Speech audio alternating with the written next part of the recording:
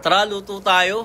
Tamang-tama, napakalamig ngayon dito kaya magluluto tayo ng gotong Batangas. Meron tayo ditong pisngi ng baka, isaw ng baka, beef tripe, beef libro, tsaka pork bang. Yan. Napalambot na natin yan tapos hihiwain na natin yan.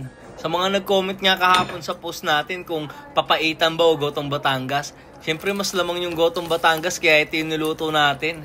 Kaya tara, panoorin na natin to kung paano gawin. Mas madali itong gawin kaysa sa papaitan kasi yung papaitan maraming ginagayat dun eh. Dito sibuyas lang yung ricado mo, ilalagay mo tapos papakuluan mo lang, titimplan at ayos na. Siyempre yan, naglagay tayo dyan ng maraming sibuyas. Mas maraming sibuyas, mas masarap. Tapos naglagay tayo dyan ng pepper, tapos patis at 2 beef cubes. Sinunod na rin natin dyan yung atsuete, syempre pampakulay ng buhay. Halu-haluin lang natin yan sa ilalim para kumalat na at matunaw yung mga pampalasang nilagay natin. Takpan lang natin, papakuluin lang natin ng 10 minuto, tapos tatanggalin natin mga mantika-mantika yan. Tapos yan, okay na yan.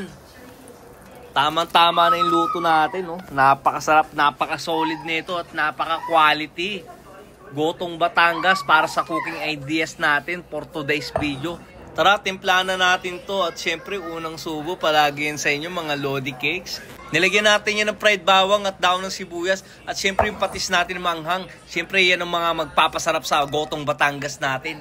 Thank you for watching!